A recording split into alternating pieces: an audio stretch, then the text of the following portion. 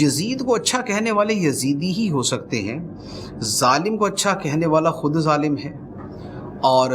جو جس کی تعریف کرتا ہے تو وہ اسی کے ساتھ شامل ہے، جو جس کی تائید کرتا ہے وہ اسی کے ساتھ کھڑا کیا جائے گا۔ تو یزید کو اچھا کہنا جو ہے یہ کسی یوں کہہ لیں کہ سخت دل گردے والے کا کام ہے، مضبوط دل گردے والے کا نہیں، سخت دل گردے والے کا کام ہے کہ یزید جیسا ظالم آدمی اور فاسق و فاجر آدمی کہ جس کے فسق و فجور پر اہل سنت کا اجماع ہے کہ وہ فاسق تھا، فاجر تھا، بلکہ جس کے بارے میں علماء کی ایک تعداد ہے جو اسے کافر کہتی ہے۔ ہم جو احناف ہیں اور جو جمہور اہل سنت ہے وہ سکوت اختیار کرتے ہیں، یعنی کہ وہ کافر کہنے سے سکوت اختیار کرتے ہیں، لیکن جس کی فسق و فجور کی یہ شدت ہو کہ جس کے ظالم اور فاسق اور فاجر اور پلید اور دین میں رخنہ اندازی کرنے والے اور اہل بیت پہ ظلم ڈھانے والوں کا ساتھ دینے کا صرف الزام نہیں بلکہ ثابت جرم ہے، اس کے بارے میں یہ کہنا کہ وہ ٹھیک ہے، وہ صحیح ہے، تو اس کا مطلب تو یہ ہوا کہ جو اس نے ظلم و ستم کیا وہ ٹھیک ہے۔ تو اب جو یہ ظلم و ستم ٹھیک کہے کہ اہل بیت کو شہید کر دیا، امام حسین رضی اللہ تعالیٰ عنہ کو شہید کر دیا، ان کا سر تن سے جدا کر دیا،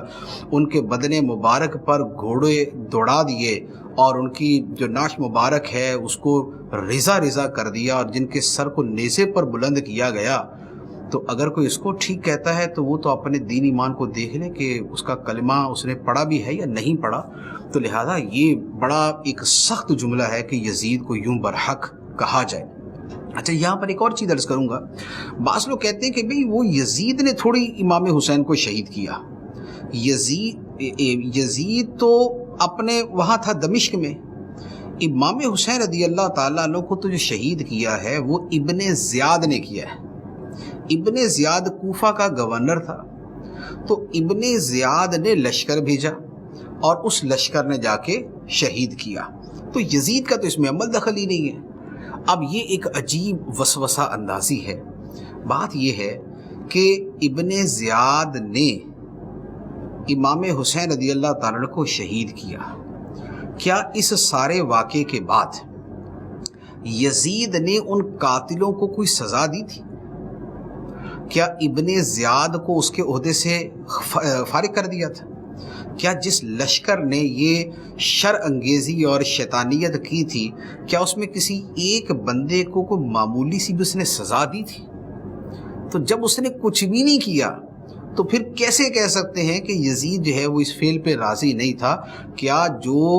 ملک کا حکمران ہے کیا اس کا یہی کام ہوتا ہے کہ جو ظلم و ستم بھلے جتنا مرضی بڑا ہو جائے اور وہ بعد میں بس یہ بولے کہ یہ تو نے کیا کر دیا، یہ تو نے کیا کر دیا، اور اتنا کیا کہ وہ فارغ ہو جائے؟